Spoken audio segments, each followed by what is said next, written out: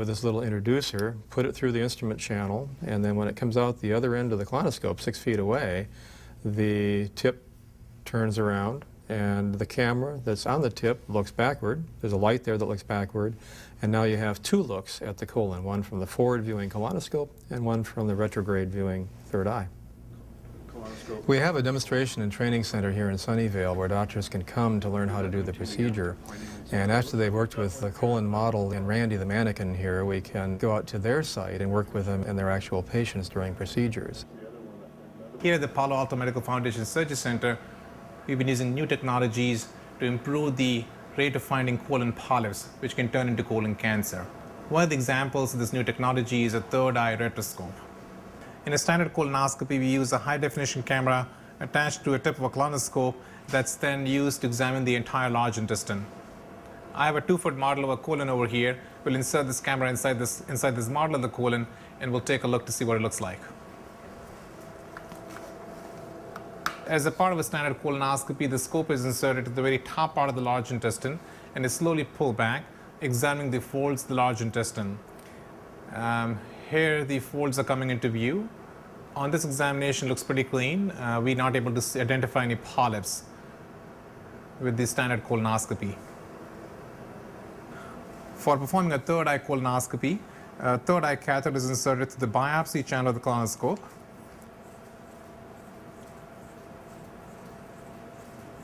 Here we can see the third eye catheter coming out of the tip of the scope. As it comes out, the camera bounces backwards, and this provides us with 2 views, scope looking forwards and the third eye camera looking backwards. Once you reach the end of the large intestine, the third eye camera is inserted through the colonoscope. Here you can see it coming through the biopsy channel. It's flipping backwards, providing us with 2 different views. On the left-hand side, we have a standard forward view, and on the right-hand side, we have the backwards or retrograde view of the large intestine. The colon is made up of these house-style folds, and the third eye gives us a chance to see the back part of the folds, which you can't examine very well with the standard forward-viewing colonoscopy. Here in this example, you can identify a polyp, a small tiny polyp in the back part of a fold, which you could not see with the standard colonoscopy. The physicians at Palo Alto Medical Foundation participated in an international cooperative efficacy study looking at the value of third eye in identifying colon polyps. In this large study, about 13% more colon polyps were identified with the use of a third eye instrument, and these polyps would have been missed by a standard colonoscopy.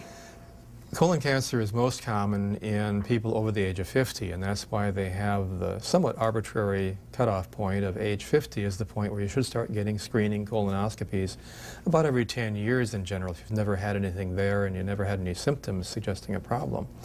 But if they find anything on a colonoscopy, if you have a polyp, for example, then you should come back more frequently for repeat checks called surveillance colonoscopy to look for anything else that might have grown in the interim. That's one of the areas we think has the most promise for the third eye because you know the patient is somebody who can form polyps.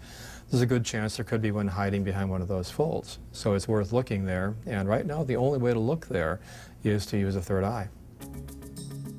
El Camino Hospital is an independent, nonprofit community hospital located in Mountain View, in the heart of Silicon Valley.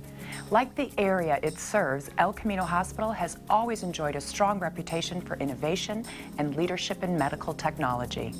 This commitment is clearly evident in the world-class care available through the Cancer Center at El Camino Hospital. Here, having access to comprehensive care and the latest advancements is crucial for patients facing a diagnosis of colon or rectal cancer. El Camino Hospital is terrific for high acuity patients because of the quality of all the different aspects of care. We have high quality nursing staff, high quality technology, and high quality doctors, as well as ancillary services that are superior to many hospitals I've practiced at.